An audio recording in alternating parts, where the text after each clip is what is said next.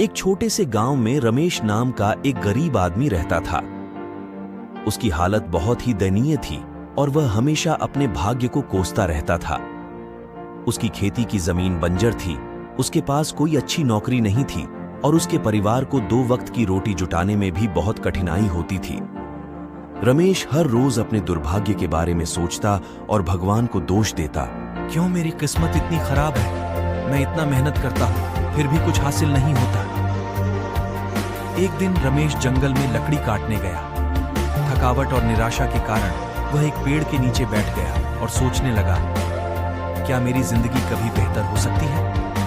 तभी उसने एक छोटी सी चिड़िया को देखा जो पास ही एक सूखी टहनी पर बैठी थी। वह चिड़िया भी कमजोर और भूखी लग रही थी। रमेश ने सोचा, इस चिड़िया की हालत भी मेरी तरह है।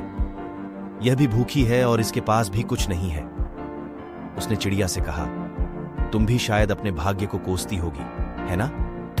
चिड़िया ने उसे देखा और कहा, नहीं, मैं अपने भाग्य को कोसती नहीं हूं। मैं हर रोज अपने लिए भोजन की तलाश में निकलती हूं और अपनी मेहनत से कुछ न कुछ पा ही लेती हूं। अगर मैं भाग्य को दोष देती रहती तो शायद अब तक मर चुकी होती। रमेश ने चिड़िया की बात सुनी और गहराई से सोचा।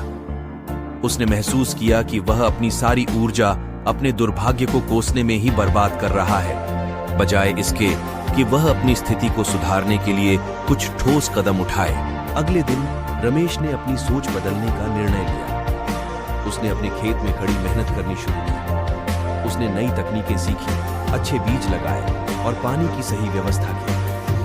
धीरे धीरे उसकी मेहनत रंग लाने लगी। उसकी फसलें पहले से बेहतर होने लगी और उसकी आय भी बढ़ने लगी। रमेश ने यह भी सीखा कि मेहनत के साथ साथ उसे अवसरों का भी लाभ उठाना चाहिए। उसने गांव के पास ही एक छोटी दुकान खोल ली, जहां वह अपनी फसलों और अन्य सामानों को बेचने लगा। उसकी दुकान धीरे धीरे लोकप्रिय होने लगी और उसकी आर्थिक स्थिति में सुधार होने लगा। अब रमेश अपने परिवार को अच्छी जिंदगी दे सकता था। उसने गांव के अन्य गरीब किसानों को भी प्रेरित किया और उन्हें भी मेहनत और आत्मविश्वास के महत्व को समझाया। उसकी कहानी गांव में एक प्रेरणा बन गई। वह चिड़िया जो रमेश के जीवन में बदलाव का कारण बनी थी, अब भी उसके पास आती और रमेश उसे दाना खिलाता। हर बार जब रमेश उसे देखता, वह मुस्कुराता और सोचता, अगर वह छोटी चिड़िया अपने मेहनत और विश्वास से जी सकती है तो मैं क्यों नहीं। इस प्रकार रमेश की कहानी हमें यह सिखाती है कि भाग्य को कोसने से कुछ नहीं मिलता। असली सफलता मेहनत, आत्मविश्वास और सही अवसरों का लाभ उठाने से ही मिलती है। हमें अपनी स्थितियों को बदलने के लिए खुद पर विश्वास करना चाहिए और निरंतर प्रयास करते रहना चाहिए, क्योंकि हमारी मेहनत ही हमारा असली भाग्य है।